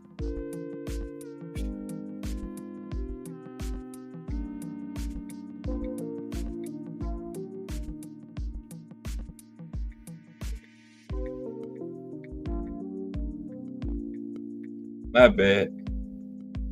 I was rushing. I'll have it in a couple of seconds, okay?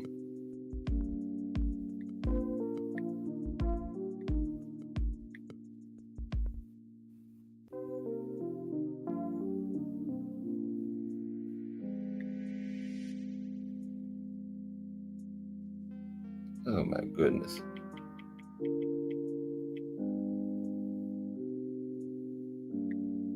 We still got 10 minutes. We got to get out of here at 4 though, because I'm not going over into Just Dude's time.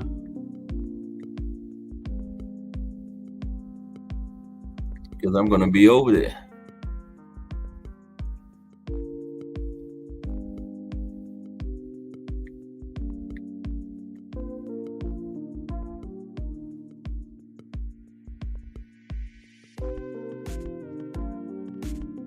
Okay.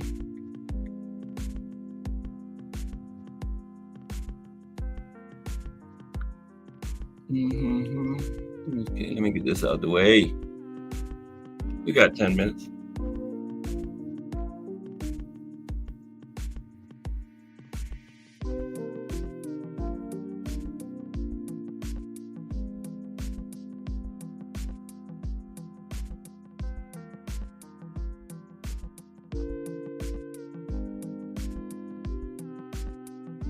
Yeah, Kaniki Bear. I still haven't got my headphones yet, but I'm gonna get some. Yeah, I'm gonna get some of them. There we go. All right, T. What's happening? Man, just chilling, resting my back. My back on fire right now. Okay. How can a guy be 104-0 and never fight for a title? Not win a title, never fight for one, man. Well, that's never politics. Yeah. That's politics, man. There's no explaining stuff like that, man. And that's what I'm saying. Like that, you know, people act like the stuff that we see nowadays that's going on is new. Man, people haven't been getting fights. Like that. People, yeah. Boxing always. People who have not fought people who they wanted to see them fight. It's just that we haven't applied it so vehemently and heavily towards somebody else to denigrate their career or what they're doing, like we do nowadays. I mean, and like I say, most of it really can be thrown at Mayweather. I mean, most of it is, the byproduct of the success that Mayweather had. Yeah, that 50-0, that O. Yeah, that O, and the fact that on top of that O, he done took a lot of people's titles and he done defended against a lot of titles. I mean, Mayweather hadn't fought everybody, but damn near everybody. And we came from a time when everybody was fighting one another, especially the ones who commanded people's views. They fought, every one of them fought one another. So we were used to getting good fights. However, lost in the sauce is the fact that there's politics, and there's always been politics. Always been. And even greater now that the buck is up. They make more money and they spend more money. So now that it is that way, we got to make the money make sense, so to speak, because I don't want to lose money. And I mean, face it, you just had an experience where something was about to make the where you are and your occupation lose money. So what they do, they call you in, fix this because this can't happen no more. That's what people do. Like they call people in to negotiate, so like we don't lose this money and we maximize our bread. That being said, I think that like fighters, if they truly want to fight, back in the days, they went to the people interviews, they went to the people's fights, and they made it known and before public, hey, yo, you nice, but you got to see me. That's right. I don't think you got what it takes to beat me. And ain't nothing wrong with that, man. I mean, I want to see, I know you want payday moments in the news, because then without a doubt, that person actually wants the fight because they're showing up and they're showing the public, hey, I'm here for a reason. Let's make this fight happen. They showing they want it. That's right. So I mean, you shouldn't have no 1-4-0 and you ain't got no title fight. Never been in one. I could see if he had never won a title, had lost some, but he never even got the chance, man. You shouldn't have a fighter the caliber of Charles Burley not fighting for titles. And Sugar Ray's manager admitted that they kept him away from Charles Burley. Well, I mean, like I say, he's a menacing force. It's man, like, hey, I just want to see the fights. I just want to see the fights. Number 23, Floyd beat 23 champions. Is that the record? Because this is kind of old. I think he definitely beat the one that's recorded. That's recorded, yes. That's recorded. It's still a record. 23, okay. Because this is like about 4 or 5 years old. This was like 2019. And I mean, the only way it gets broken is if like the new regime that's coming up actually start demanding to fight the people. Yeah. Or they sign to like well, I mean, a lot of people was hoping that Turkey himself would be able to be a liaison between the promotional companies to get the fight going on. Yeah. That remains whether or not it's going to be seen. But in order for that to happen, then, he's going to have to come off that high horse of his, and he's going to have to actually acquiesce to some of these promoters. And he's going to have a sit down with all of them. Like, look, man, this is what I'm trying to do, man. I'm trying to actually provide an outlet where you guys don't have to spend as much as your money. Yeah. That you're guaranteed, so these fighters can get paid what they're worth, and we can put on cards that will draw people. Turkey won yes men, so whatever I say goes. That's what he sees. He's the team like that. Well, because he came into the system thinking that what I'm coming into was already messed up and broken. I got the cure. Yes, I got the remedy. That's exactly. But you don't have the remedy. The remedy involves so many different components working together in unison, and that's what they got to get. They got to get everybody on board for that to happen. Because other than that, like, far away. My bad. Go ahead, Kat. I was just saying, to get everybody on board. I'll say it's way away from that. Everybody going in different directions, man.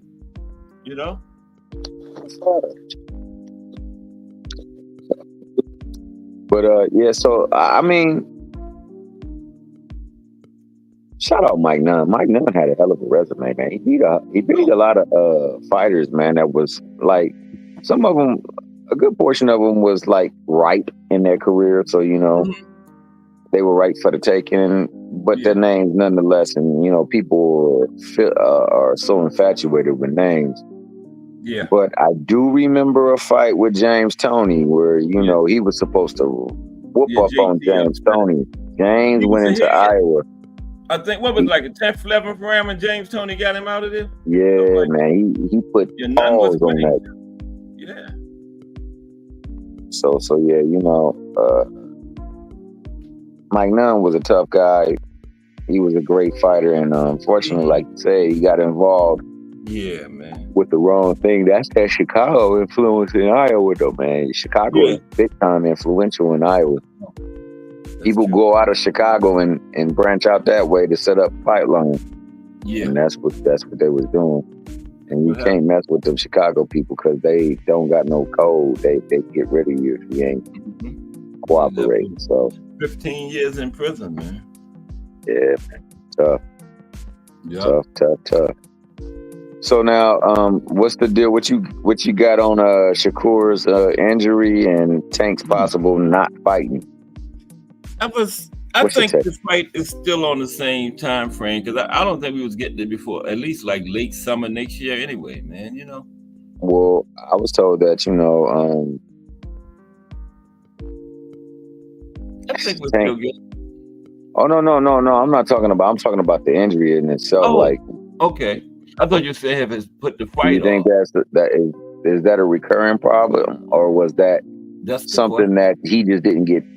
He just didn't get taken care of, but now he decided, hey, like this is the perfect time to get taken care of, and on top of that, gets himself pretty much out of a fight that I don't know if he really was down with. A lot of times with them hands, though, once you start getting them hand injuries, it do turn into a recurring thing to you. Yeah, exactly. And do that, man. Max Baer went through that back in the day. He kept messing his hands up, and he hit hard. Yeah. Exactly. So I hope that young brother a speedy recovery and that it's a full recovery. And I want him back in that ring ASAP because it's a better place with boxing when he's in that ring, man. But don't come back too soon. Make sure. Don't jump back. And he's saying he's supposed to be back by. He said he might be back by February to fight Zepeda. So that's a quick comeback and a big fight. That's when the recurring come in at T Hill. When you come back and rush it and it ain't completely healed, then all of a sudden here we go again, like a fight or two later, he'd have messed it up again, Exactly. Yeah. So with Tank though, I don't think that he should go a year without fighting again. No. I think he should get a light touch, and if he can't get if he can't get the fight that he wants, hopefully he's still trying to get that Loma fight secured. But if he can't get the fight that he wants, that would be great. But if he can't get the fight that he wants, then I think one of the Russells, whether it be Antoine or Russell Jr., would be an excellent fight. You still got somebody will fight you. Still get in there and fight, or get in there with a cat that's been running his mouth about how he whooped you in sparring. Get in there with Kid Austin and fight him. Put him in his. Hey, Anthony Quinn opened my eyes to certain things. He said, if they want to fight, let them have the fight. Yeah. So this man over here talking all this nonsense about Tank. Trying to get some money. Hey, well, let's give him some money and give him a tail whooping at the same time. We won't hear from him again. You know what I mean? Yeah, that's what I say, man. But anything just to stay busy. And it's 1:00, so I won't take too much time. I'll just come up there to chop it up with my good brother Cass. Yeah. Salute to the chat, man. Salute to the mighty JPT. Salute to the good brother Jay Hardcore. Salute to the good brother Aunt McQueen, Remo, the great sister Melanin Queen. On tomorrow morning. 27 times. Yep. Tomorrow morning, T Hill, the Casuals. The Casuals call to come on at 12, then we're going to get out of here. Today? I was kind of busy. Yeah. We went on. Yeah. Catch it on the playback. It's, you know, Okay. I a definitely phenomenal job by the master himself. The will. What was the value. subject today? Real quick. What was Oh, the we subject? went over Danny Garcia. Okay. And Oh, we- man. I'm definitely gonna watch that. After Yeah. this. Okay. Appreciate you, T Hill. And that matchup, that possible fight of the night between him and Arizona Lara. Oh yeah. I like Plant Macumbi too. And This is Macumbi is going to be a nice one too. Yeah. Well, Plant's always a good fight. I mean, he Yeah. always makes the fights good. But And Macumbi yeah, will man, push shout him. out to the better half. I got Plant winning, but Macumbi will push him. I think. Yeah, I think he puts it away late.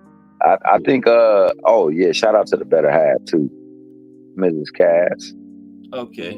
I think And- I don't think she on it, but I'll definitely tell her. Okay. And with that, you know, I'm gonna let you go and take us out the proper way. Okay, appreciate you, T Hill. That was Thomas Hill, part of the Casuals Corner Breakdown team with Ed McQueen. Ed McQueen and Remo tomorrow morning, the Casuals. But let me get out of here. I got like 4 minutes on my grace period. So real quick, hardcore boxing news, hashtag JBT, just do boxing. BN Boxing News, Technique, Cannabis Education and Entertainment TV, Let's Talk Fashion, hashtag JBT, Ant McQueen, Mike Mazik, boxing matchups with D-Free DC, hashtag TWT from the winning team, William Old School of Rant, hashtag JBT, Mike Rim, Thomas Hill, hashtag JBT, Trump, Big Dre, hashtag JBT. Salute to Big Dre, the JBT spokesperson. That's the voice of the JBT, Big Dre. And Miss Cass, hashtag JBT. Just Do Boxing is straight ahead. This is Cass Sports. I'll be back tomorrow with the profile on Benny Leonard because you know, if it's Monday through Friday, 2 p.m., it's the Box Story bringing you all that boxing history. I'm out.